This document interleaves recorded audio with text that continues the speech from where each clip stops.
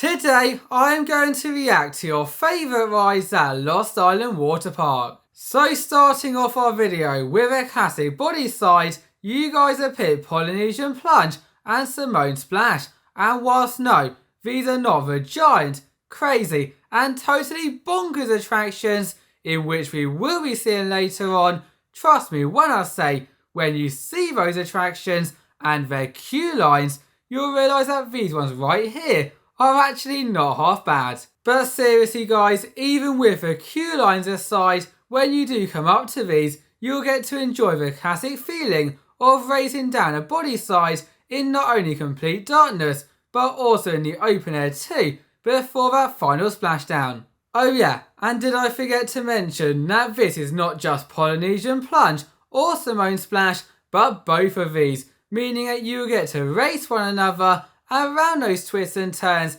and finally find out who is the champion. Saying that though, if those attractions were still too tame for you or you lost the race, well then look no further than our next attraction, Lost Soul Falls. Because as you can hopefully see anyway, this is most definitely not for the faint of heart.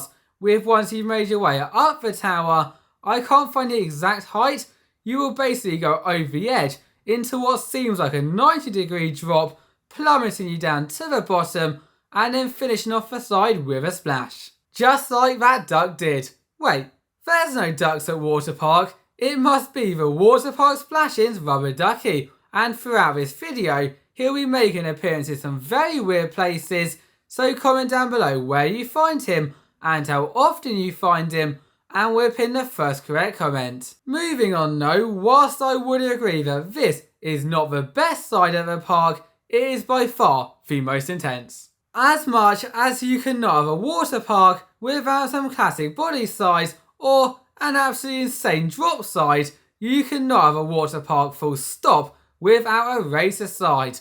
And whilst normally on these sort of sides, you will either be going down drops or through a series of tubes before the final one on Katipo. Oh anyway, whatever it's called, you will be able to experience both of these like never before. But in my eyes, what makes this so awesome is that once you have boarded the mat on your front, I would like to add, so no lifeguard will be telling you off this time for going forwards, you will race through the tubes, but at this point you have no idea where you are and you will only work that out when you come out of the tubes and into those bumps. Normally by this point it is a little too late, but when you then bounce over those bumps and then cross the finish line, trust me when I say there is no more awesome feeling than coming first. No cheating though, as unlike Polynesian Plunge and Samoan Splash, there are also boards at the end telling you your time and your position. Oh, I knew one of these were coming. It is now time for the park's family raft side, Molokini Crater.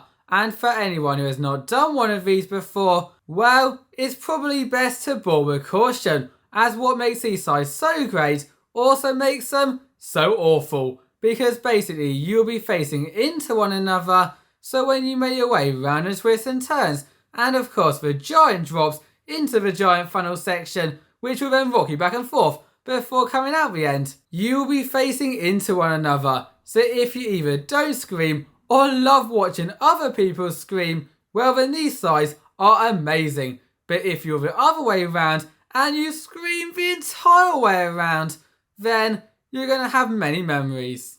Now for anyone who does not know, Lost Island is not just a water park, but also a theme park too. And for some reason, if you can't go to the theme park, you can still experience the fun and excitement of the coasters on this ride right here. This is Wailua Kupua, and it is the park's water coaster, which means that not only will you be able to experience all of those slide elements, from the drops to the turns to the dark tunnel sections, and of course you'll get very wet. Although, as the name suggests, it also implements a coaster too, with for starters the car that you sit in is basically like a coaster and a raft. Instead of climbing up those stairs, you will be lifted up a conveyor belt. Best of all though, amongst this ride's layout, you will also be going uphill. Yes, you heard me right, you will be going uphill too. Thank you all for watching, bye bye.